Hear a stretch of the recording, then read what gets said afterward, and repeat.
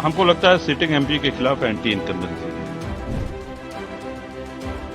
देखिए, रजवाड़े तो 7-8 दशक हुए समाप्त हो गए और 7-8 दशक के लगभग भारत में लोकतंत्र है। अब उनको क्या कुंठा है, हम नहीं समझ पाए इस चीज को। ईवीएम से राजा नहीं पैदा होता है, ईवीएम से जनप्रतिनिधि पैदा होता है, जनप्रतिनिधि का जन्म होता है और उसकी आयु, उसकी अवस्था 5 वर्ष की होती है।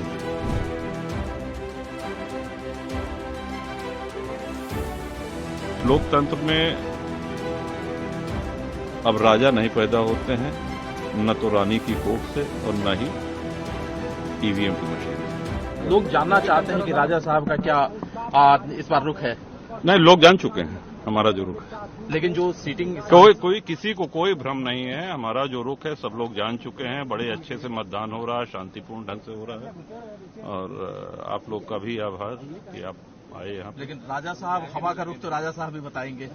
नहीं, हमने कहा ना कि जनसत्ता दल के सभी कार्यकर्ता, सभी समर्थक, उनसे हमने कहा कि आपकी जहां इच्छा हो वहां मतदान करें। लेकिन जो अभी रुख है राजा साहब, आपने जो आकलन किया है जी, क्या रुख है इस समय में हवा का? हमको लगता है सिटिंग एमपी के खिलाफ एंटी इनकम्बेंसी है। एक जो बयान आई थी अनुप्रिया पटेल ने खास तौर से जो बयान दिया था राजा और रजवाड़ों को टारगेट किया था, उन्होंने क्या कहना है आपका उस बयान को लेकर के?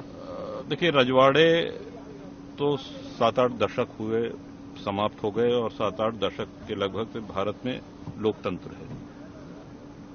अब उनको क्या कुंठा है, हम नहीं समझ पाए इस चीज को। वो जो भी उस बयान को सुन रहा है वो ये कह रहा है कि अनावश्यक बयान। और अच्छा, दूसरी बात, हम यहां से चुनाव भी नहीं लड़ रहे हैं, हमारा दल भी नहीं लड़ रहा है। तो अगर उनको कोई बयान देना ही था तो सामने जो दल उनके मैदान में है उसके प्रत्याशी या उस दल के विषय में कहना चाहिए था। दूसरी बात, ईवीएम से राजा नहीं पैदा होता है, ईवीएम से जनप्रतिनिधि पैदा होता है, जनप्रतिनिधि का जन्म होता है और उसकी आयु, उसकी अवस्था 5 वर्ष की होती है। 5 वर्ष बाद जनता जनार्दन ये तय करती है कि इसको जीवन दान, पुनर्जन्म, पुनर्जीवन देना है या नहीं। तो इस लोकतंत्र में अब राजा नहीं पैदा होते हैं, न तो रानी की कोख से और न ही ईवीएम की मशीन से। राजा साहब, एक आखिरी सवाल है।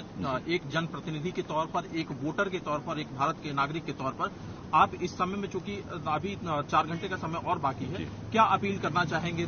जो आपके हमने अपील करी है और उसका असर भी हो रहा है। सब लोग आकर के मतदान करें। किस मुद्दे पर लोगों को मतदान करना चाहिए आज? सब अपने स्वेच्छा से, सब विवेकवान लोग हैं, सब अपने स्वेच्छा से मतदान कर रहे हैं। बहुत बहुत धन्यवाद।